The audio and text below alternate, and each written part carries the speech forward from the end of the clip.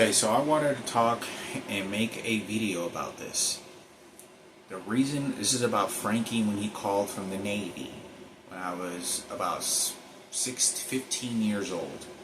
It was before 9/11, probably 6 months before 9/11. It could have been even after 9/11. He did call because he went to boot camp, or so he said, because the thing is, it never made me believe that Frankie didn't go to the boot camp is because Frankie lent me his military boots, and they're the most comfortable boots that for work.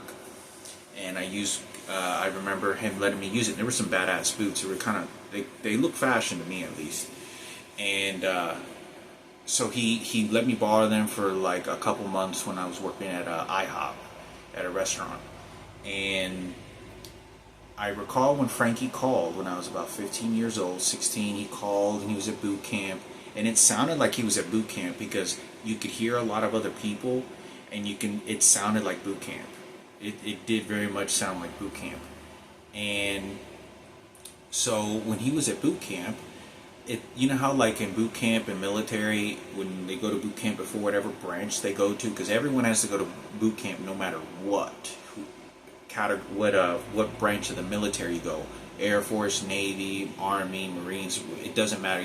They all have to go to like a basic boot camp. So when you go to a basic boot camp, you get like one phone call per week or something like that to call one person you care about, or your mom or father, and you get like 1 minute, and you're like, okay, and Frankie gets on the phone, he sounds kind of fast. Like, okay, I just need to say, okay, all right, you know how I've seen movies where they do this, which is normal. And I told Frank, I was like, wow, Frankie's in boot camp. And I think my mother was in the kitchen as well at that time. And my mother didn't really have any odd behavior. She just knew. Then I was thinking she probably missed Frankie, or kind of vibe, I would think, because she's washing dishes near the kitchen, doing something, the stove, the sink.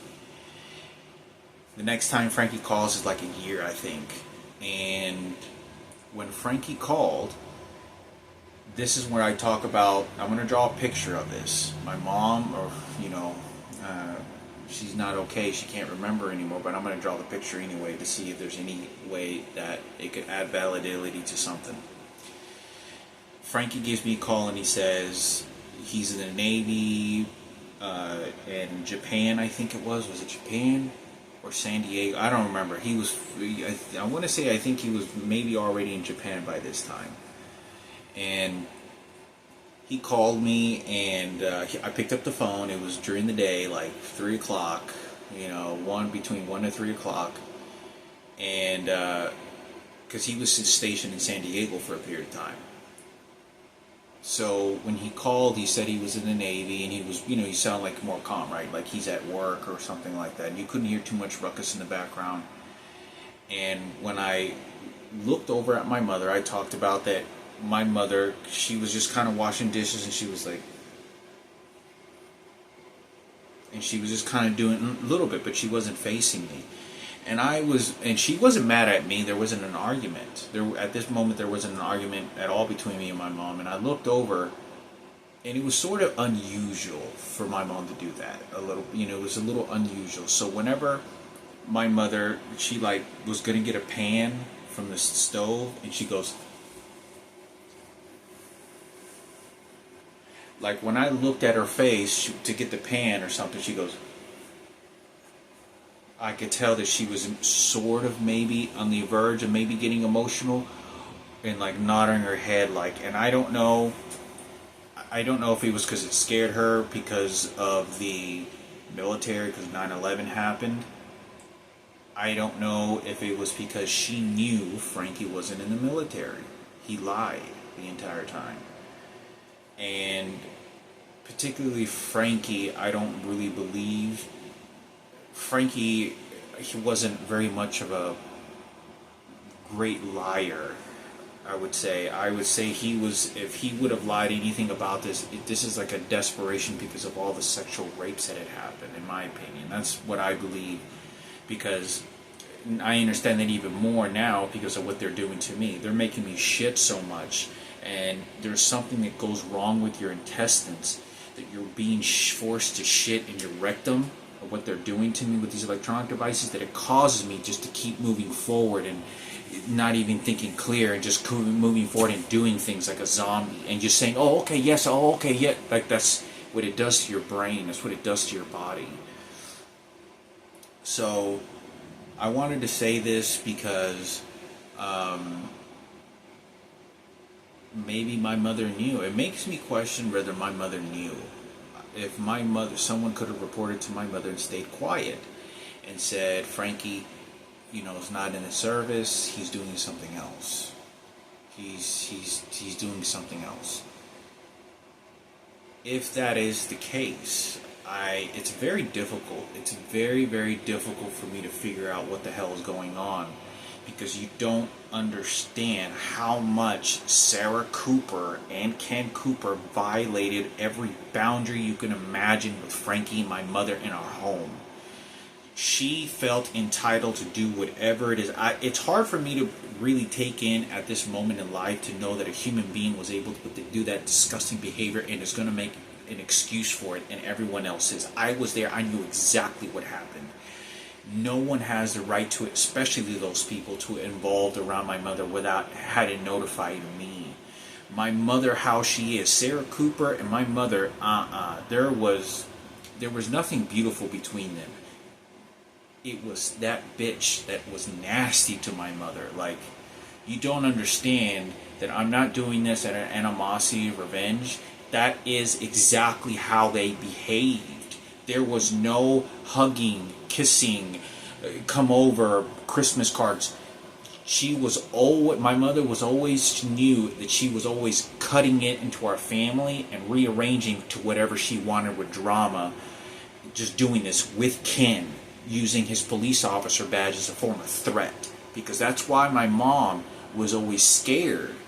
You got to understand that she knew Ken was a police officer and he's white and blonde hair and blue eyes. And she knew that she could penetrate my mother's family and our family because of my father. But there was nothing good. My father never called them either. My dad never called Sarah. Never. Maybe once or twice. My father, Raymond Palomo, never called him for Christmas, Thanksgiving, birthdays, nothing. There was nothing. They had no business. My father did not call them to come over. This was not a friendship thing. It was like an acquaintance thing, But I want to say this because I'm getting very tired of this shit as well, playing the same music like this. There's nothing when it comes to this particular situation I can do for my mother anymore. But I believe in God. I believe in good and right, the natures of the world, darkness and light, and keeping balances in everything. But honor my mother, whatever's left, because I'm not going to have anything left. And I know that this is extremely dangerous. You have, people, Michaela, if you can watch this, or whoever it is that's in my family, Michaela, I got to make another video on you. You be careful with your life. Your life is in extreme danger, the people that are coming around you. And that's why a lot of the bad things, it's all being manipulated and controlled in your environment. All of it is. And it's because of that, Sarah Cooper. I know what I'm telling you. They're talking and supporting Sarah and supporting Ken. That's why the people around, it doesn't matter. The motivation and the spirit for Sarah and Ken Cooper and the people, that's what they want to do, because they're against me. I'm the one that's spilling the beans about that, spilling the beans about my mother, to important information about Frankie being raped. They knew about Frankie being raped and manipulating my mother, and that's why. Because the number one target, Michaela, is to go after you, hurt you, and harm you and your family and the people around you. That's who they're going to target, to close in and cut in to what your connection is going to be with me, if there ever is a forward or one day. Otherwise, it'll be a departing death, and that was the last time I knew of you. But please be careful. I'll make another video on that. But as far as this, video, but Frankie going to the Navy, I'll draw a picture of. I would be in total shock. I would be in total shock if I find out Frankie didn't go to the Navy and he lied. A big part of me, definitely a big part of me, would think that he did. He did lie, because it's a form of not just like running. It's because of what these people did to him when he was cooped up all quiet, watching TV in his room. Like, even the TV that he got in his room was from my grandpa's house. My grandpa, where me and Frankie got raped, and my grandpa had a stroke right after finding out that his son had raped me and Frankie. When Frankie got raped and my uncle ended up committing suicide and sort of sent him to his death, and was crazy, and my father was going to get a shotgun to go kill his own brother because he had raped us. Well, my grandpa had given him that TV. I don't know if it was my uncle's too. You'd have to ask Frankie, but that TV that Frankie had up until all the way up when we were kids, he had that same TV in his room forever. He had that TV since I was for 16, 17 years. And I want to say my grandpa's the one that gave him that TV. Either my grandpa or my uncle, but I think it was my grandpa's extra TV that he gave to Frankie. So I wanted to talk about this, and I think it's important, because this falls on my mother. My mother dearly loves all of us. She's being manipulated and controlled in extreme ways where I am going to have to surrender to this situation. And it feels like I'm just shooting my own mother. I know it's horrible to say about your own mother. I love my mom. But you don't understand what the preparation is. They're going to keep placing it on Barack Obama, and it is his fault. It is the fact that this piece of shit had done this, gets involved in this milking the entire situation and spending money on it to purchase and buy everything out. It doesn't change the facts that the psychologists and everything that's going on doesn't care. They just want to make a profit. That's all they give a shit. The profitable gain is where everyone gets placed in a pleasant, content situation, and who stays happy and who doesn't. Who stays miserable and who we gut out as a pig before they die. And that's what they're doing to me. They're not going to persecute Ken and Sarah Cooper. They're not going to. It doesn't matter, because every time I go to a grocery store, every time I go to a place, no one hears the whispers and things that people say about, my sister dying, or they're going to shoot me, or poison me, or how they represent Ken Cooper, and they're trying to relieve Ken and Sarah Cooper in every fucking way to poison my mind. Because if they're doing this to me, they're doing this to my mother while I'm not watching, because you can control and train that mind, because that's what you're doing. This is all the LGBT community members and gays that are doing this.